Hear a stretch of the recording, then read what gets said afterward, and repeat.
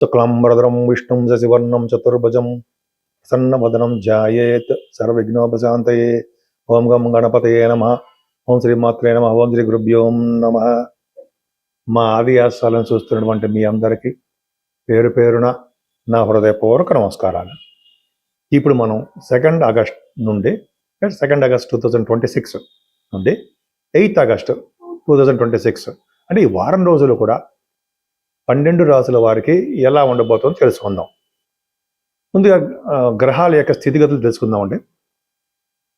మిథున రాశిలో కుజుడితో కలిసినటువంటి బుధుడు, అలాగే కర్కాటక రాశిలో రవి, బుధ, గురుడు బుధుడుగా మారిపోతారు మళ్ళీ 5th నుంచి. అది కాకుండా సింహరాశిలో కేతువు, శుక్రుడు కన్యారాశిలో నీచత్వంలో ఉంటాడు, అదొకటి చిన్న మైనస్ పాయింట్.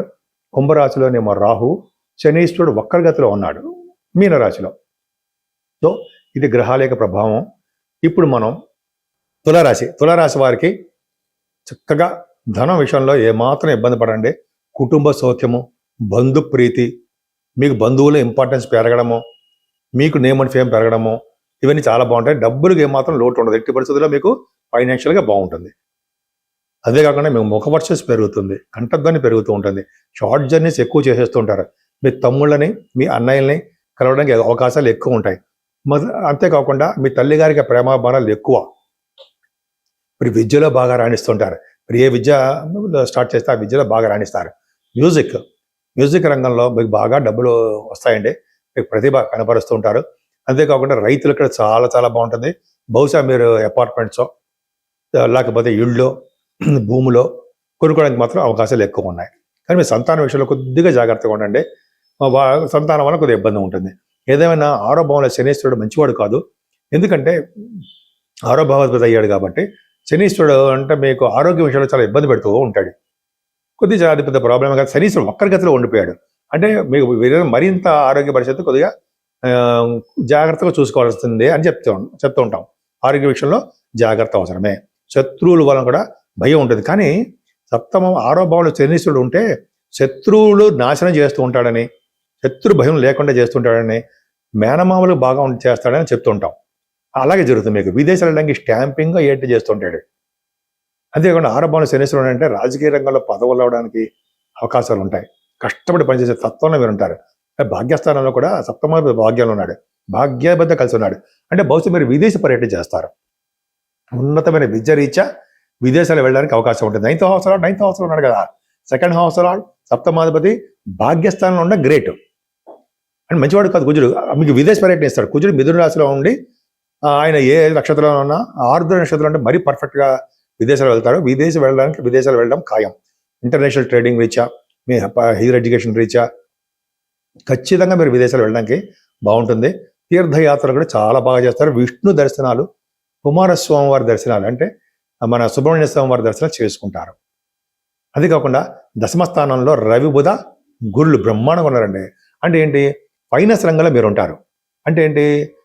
మీరు మీ ఉద్యోగ రీత్యా మీరు గవర్నమెంట్ సంబంధించిన ఉద్యోగాల్లో ఉన్న, బ్యాంకింగ్ రంగంలో ఉన్న, విద్యా సంస్థలో ఉన్న మీరు చాలా బాగుంటారు.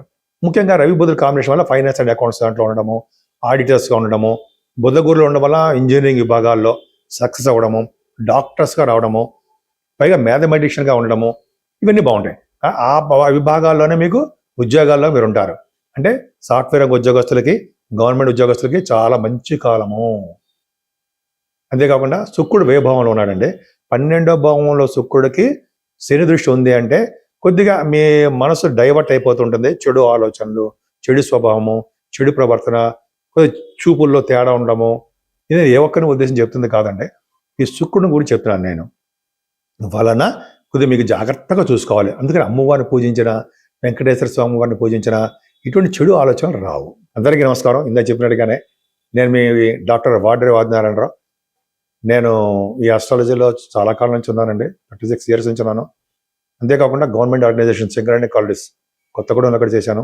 సరే, అవన్నీ పక్కన పెడితే ఇది ఎందుకు చెప్తున్నానంటే అటు ఫైనాన్స్లోను ఇటు ఆస్ట్రాలజీలో కూడా అబౌవ్ 30 years ఎక్స్పీరియన్స్ ఉంది నాకు. 36 ఏళ్ళు ఇందులో ఉన్నాను.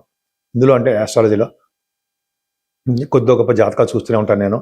సరే, మీ జాతకాలు చూపించుకోవాలనుకుంటే మీ జాతకాలే కాదండి, మీ స్నేహితులు, మీ తెలిసిన వాళ్ళు, బంధువులు చెప్పించుకోవాలనుకుంటే date of birth, time of birth, place of birth, ఈ 3 ఉండాలి.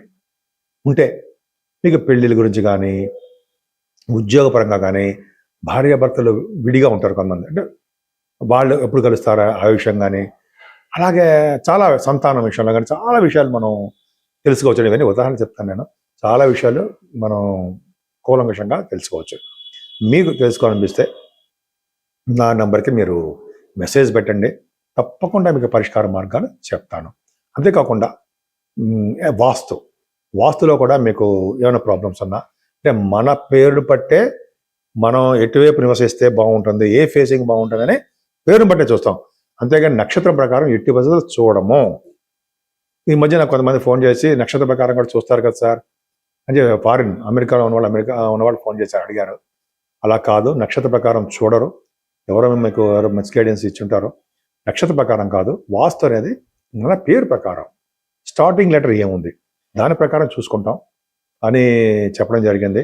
వాళ్ళు కూడా ఓకే అన్నారు. సరే, అది పక్క పెడదాం అనుకోండి. మీకు ఏమైనా వాస్తు సంబంధించిన విషయాల్లో ఏమైనా మీకు ఉంటే తప్పకుండా నన్ను కన్సల్ట్ చేయండి. వాస్తు విషయంలో కూడా నేను చెప్తాను. సరే, ఇప్పుడు మనం 12 రాసుల వారికి ఆగస్టు నెలలో చేసుకోవాల్సినటువంటి పూజాది కార్యక్రమాలు మన స్తోమత తగ్గట్టుగా, మన స్థితికి తగ్గట్టుగా చెప్పుకుందాం. ముఖ్యంగా శనీశ్వరుడు బాధకుడుగా ఉంటాడు. శనీశ్వరుడు వక్రగతిలో చాలా ఇబ్బందికరంగా కనిపిస్తున్నాడు అన్ని రాసుల వాళ్ళకి. కొన్ని రాసుల వాళ్ళు ఉన్నారండి, వాళ్ళకి చాలా బ్రహ్మాండంగా యోగాన్ని ఇస్తాడు. అయినా అన్ని రాసుల వాళ్ళు ఏం చేయాలంటే ఫస్ట్ శనీశ్వరుని తైలాభిషేకం చేయించుకోవాల్సిందే. 9 శనివారాలు తైలాభిషేకం చేయించుకోండి. మన్య సూక్తంగా మీరు గుళ్ళో చేస్తారండి. మన్య సూక్త శనీశ్వరుడిగా తైలాభిషేకం చేయించుకుంటే సూపర్. అందులో శని త్రయోదశి వచ్చినప్పుడు ఈ మన్య సూక్త శనీశ్వర తైలాభిషేకం చాలా పట్టు ఇస్తుంది. ఆ పక్కనే ఆంజనేయ స్వామి వారు ఉంటారు. ఆంజనేయ స్వామి వారికి 11 ప్రదక్షిణాలు చేయాలి. శనీశ్వరుడు ఎలా పూజ చేయాలో మీకు తెలుసు. ఆంజనేయ స్వామి వారికి 11 ప్రదక్షిణాలు చేసి తమలపాకుల దండ కానీ, తమలపాకులతో పూజ చేయడం కానీ చేయాలి. ఆంజనేయ స్వామి వారి దగ్గర దీపారాధన చేసుకోవాలి. ఆంజనేయ స్వామి వారికి మంగళవారం కానీ, శనివారం కానీ సింధూరం రాయించాలి. ఎవరైతే శనివారం పూట కానీ, శనివారమే సింధూరం ఆంజనేయ స్వామి రాయిస్తారో వాళ్ళు, అంటే వాళ్ళకి శని దోషం అంటదు అని శనీశ్వరుడే సాక్షాత్తు ఆంజనేయ స్వామి వారికి చెప్పాడు. అంతేకాకుండా శని దోషం ఉంది కాబట్టి మనం ఎక్కువగా అందరం కూడా వెంకటేశ్వర స్వామి వారిని ఆరాధన చేయాలి. ముఖ్యంగా శివాభిషేకాలు అసలు మర్చిపోకూడదు. శివుడికి మల్లెపూలతో కానీ, లేదా మారేడు దళాలతో కానీ, ఎర్రని పుష్పాలతో కానీ పూజ చేయడం వలన సకల శుభాలు కలిగితే గ్రహ దోషం పరిహారం అవుతాయి. కాకపోతే ఏంటంటే మన మెయిన్ జాతకంలో మన దశలు ఉంటాయి కదండి, ఆ దశల ప్రకారం కొద్దిగా చెడు ప్రభావం ఉండొచ్చేమో. బట్ ఏదైనా ఈ పూజలు చేసుకోవడం వలన మంచి జరుగుతుంది. నెక్స్ట్ ఈ నెల మొత్తం కూడా వరలక్ష్మి అమ్మవారికి ప్రభావం ఉంటుంది కదా. మనం వరలక్ష్మి శుక్రవారం వస్తూ ఉంటాయి. ఆ అమ్మవారు అంటే లక్ష్మీదేవి అమ్మవారిని పూజించడం సకల శుభాలు కలుగుతాయండి. ముఖ్యంగా అమ్మవారిని ఎర్రటి పుష్పాలతోటి, మారేడు దళాలతోటి, తులసి దళాలతోటి, అలాగే మల్లె పువ్వులతోటి మీకు మన అందుబాటులో ఏది ఉంటుంది, ఏ పువ్వులు దొరికితే ఆ పువ్వులు చేయడము, అమ్మవారికి కుంకుమ పూజ, అభిషేకాలు, అష్టోత్తర శతనామావళి చేసుకోవడము, కనకదుర్గ అమ్మవారిని పూజించడము, బెజవాడ కనకదుర్గ అమ్మవారు ఆవిడ్ని కూడా పూజించడము. అలాగే ఎక్కడైనా సరే మనం మీకు దగ్గరలో అందుబాటులో ఉన్నటువంటి చండీ హోమాలు చేయించుకోవడం వలన ముఖ్యంగా చాలా మంచి శుభఫలితాలు వస్తాయండి. అందరికీ శుభఫలితాలు బ్రహ్మాండంగా ఉంటాయి. ముఖ్యంగా అంటే ఈ నెల మొత్తం కూడా శ్రావణ మాసం కాబట్టి లక్ష్మీ అమ్మవారిని నిరంతరం పూజించడం, ఓం శ్రీం హ్రీం సరస్వత్యై నమః, అలాగే లక్ష్మీదేవి నమః అంటాం కదా. ఇట్లా పూజించడం వలన అమ్మవారిని మీకు ఎలా పూజించాలంటే అలా నిష్టగా పూజించడం వలన సకల శుభాలు కలిగి లక్ష్మీదేవి స్థిరలక్ష్మి మీ ఇంట్లో ఉండడానికి ఎక్కువ అవకాశాలు ఉంటాయి.